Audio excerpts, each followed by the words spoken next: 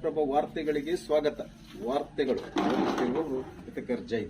ಮುಖ್ಯಾಂಶಗಳು: ಭರತ ಹುಣ್ಣಿಮೆ ಪ್ರಯುಕ್ತ ಸಾಗರದ ಯಲ್ಲಮ್ಮ ದೇವಿಯ ಪಲ್ಲಕ್ಕಿ ಉತ್ಸವ ಸಡಗರ, ಸಂಭ್ರಮ ಹಾಗೂ ಭಕ್ತಿಯಿಂದ ಸಂಪನ್ನ.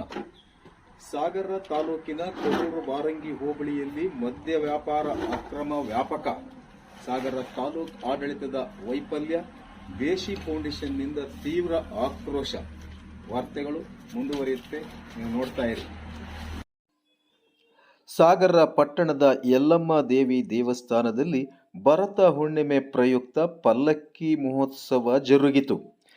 ಕಳೆದ ಒಂದೆರಡು ವರ್ಷಗಳಿಂದ ದೇವಸ್ಥಾನದ ಪುನಶ್ಚೇತನದ ಕಾರಣದಿಂದ ಪಲ್ಲಕ್ಕಿ ಉತ್ಸವ ಸ್ಥಗಿತಗೊಂಡಿತ್ತು.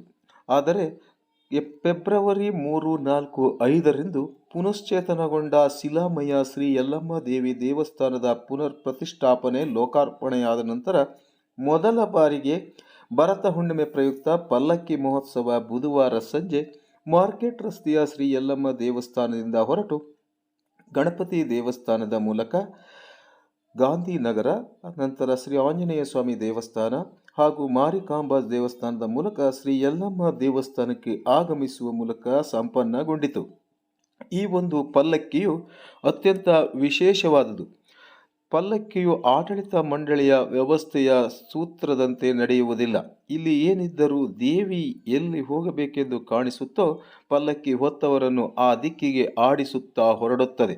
ಆದ್ದರಿಂದ ಎಲ್ಲಿಗೆ ಹೋಗುತ್ತದೆ, ಯಾವ ಮಾರ್ಗದಲ್ಲಿ ಸಾಗುತ್ತದೆ ಎಂಬ ಊಹೆ ಮಾಡಲು ಸಾಧ್ಯವಿಲ್ಲ. ಹೀಗೆ ಹೊರಟ ಪಲ್ಲಕ್ಕಿಯು ಅಂತೂ ಮತ್ತೆ ತಿರುಗಿ ಶ್ರೀ ಯಲ್ಲಮ್ಮ ದೇವಸ್ಥಾನಕ್ಕೆ ಬರುವ ಮೂಲಕ ಅತ್ಯಂತ ವಿಶೇಷವಾಗಿ ಮಾರ್ಗದುದ್ದಕ್ಕೂ ಭಕ್ತರು ಪೂಜೆ ಸಲ್ಲಿಸುವ ಮೂಲಕ ಈ ಒಂದು ಉತ್ಸವ ಜರುಗುತ್ತದೆ.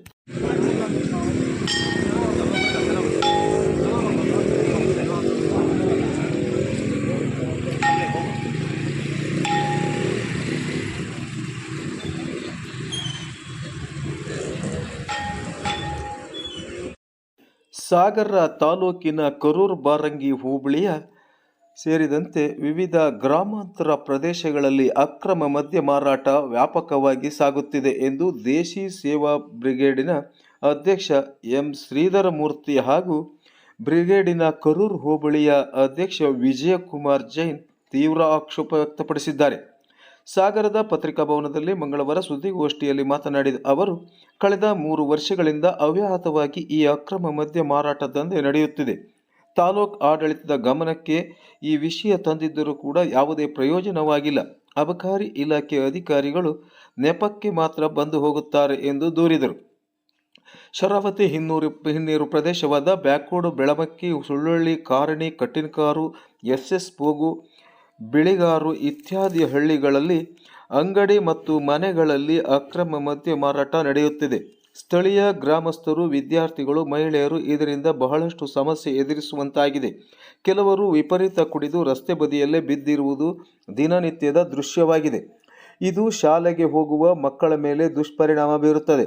ಅಕ್ರಮ ಮದ್ಯ ಮಾರಾಟ ಒಂದು ಸಾರ್ವಜನಿಕ ವ್ಯವಸ್ಥೆ ಸಮಸ್ಯೆಯಾಗಿ ಮಾರ್ಪಟ್ಟಿದೆ. ಈ ಕುರಿತು ಕುದರೂರು ಚನ್ನಗೊಂಡ ಗ್ರಾಮ ಪಂಚಾಯಿತಿಯವರು ಸಭೆಯಲ್ಲಿ ನಿರ್ಣಯ ಕೈಗೊಂಡು ಅಬಕಾರಿ ಇಲಾಖೆ ಗಮನಕ್ಕೆ ತಂದಿದ್ದಾರೆ. ಆದರೂ ಈ ವ್ಯವಸ್ಥಿತ ಜಾಲವನ್ನು ನಿರ್ಮೂಲನೆ ಮಾಡಲು ಸಾಧ್ಯವಾಗಿಲ್ಲ ಎಂದು ವಿಷಾದಿಸಿದರು. ಈ ಭಾಗದಲ್ಲಿ ಸ್ವತಂತ್ರರಾಗಿರುವ ಬಡ ಕುಟುಂಬಗಳು ಬಹಳಷ್ಟಿವೆ. ಕೂಲಿ ನಾಲಿ ಮಾಡಿಕೊಂಡು ಬದುಕು ಕಟ್ಟಿಕೊಂಡವರಿದ್ದಾರೆ. ಇಂತಹ ಕುಟುಂಬದ ಕೆಲವರು ಕೂಲಿ ಮಾಡುವುದನ್ನು ಬಿಟ್ಟು ಕುಡಿತದ ಚಟಕ್ಕೆ ಬಲಿಯಾಗುತ್ತಿದ್ದಾರೆ. ಆರೋಗ್ಯ ಸಮಸ್ಯೆ ಹೆಚ್ಚುತ್ತಿದೆ. ಈ ಅಕ್ರಮ ದಂಧೆಯನ್ನು ಮಟ್ಟ ಹಾಕಬೇಕು ಎಂದು ಮಹಿಳೆಯರು ಒತ್ತಾಯಿಸುತ್ತಿದ್ದಾರೆ. ರಾತ್ರಿ ವೇಳೆ ಕುಡಿದು ಗಲಾಟೆ ಮಾಡಿ ಮಹಿಳೆಯರ ಮೇಲೆ ದೌರ್ಜನ್ಯ ನಡೆಯುತ್ತಿದೆ. ಆದರೂ ಆಡಳಿತ ಗಮನಕ್ಕೆ ಎಲ್ಲ ವಿಷಯವನ್ನು ತಂದರೂ ಕೂಡ ಆಡಳಿತ ವೈಫಲ್ಯ ಕಾಣುತ್ತಿದೆ. ಆಡಳಿತ ವ್ಯವಸ್ಥೆಯು ಪರೋಕ್ಷ ಬೆಂಬಲಿಸುತ್ತಾ ಈ ಸಮಾಜದ ಸ್ವಾಸ್ಥ್ಯವನ್ನು ಹಾಳುಗೆಡುತ್ತಿದೆ ಎಂಬ ಅನುಮಾನ ಸಾರ್ವಜನಿಕರಲ್ಲಿ ಮೂಡುವಂತಾಗಿದೆ. ಈ ಬಗ್ಗೆ ಹಾಗಾಗಿ ಇದು ಜನಸಾಮಾನ್ಯರಿಗೆ ಭಾರಿ ತೊಂದರೆ ಆಗ್ತಾ ಇರೋ ಕಾರಣ ನಮ್ಮ ದೇಶಿ ಬ್ರಿಗೇಡ್ ನಮ್ಮ ಸದಸ್ಯರು ಹಾಗೂ ಪದಾಧಿಕಾರಿಗಳೆಲ್ಲರೂ ನಮ್ಮ ಜೊತೆಗೆ ಬಂದಿದ್ದಾರೆ. ಆ ಜನರ ಪರವಾಗಿ ನಾವು ಇದ್ದೀವಿ ಅಂತ ಹೇಳಿ ಇವತ್ತು ಅವ್ರ ಪರವಾಗಿ ನಾವು ನ್ಯಾಯ ಕೇಳಲಿಕ್ಕೆ ಸಾಗರಕ್ಕೆ ನಮ್ಮ ಶ್ರೀಧರಮೂರ್ತಿ ಅವರ ನೇತೃತ್ವದಲ್ಲಿ ಎ ಸಿ ಅವರಿಗೆ ಮನವಿ ಕೊಡಲಿಕ್ಕೆ ಇವತ್ತು ಬಂದಿದ್ದೀವಿ. ಧನ್ಯವಾದ.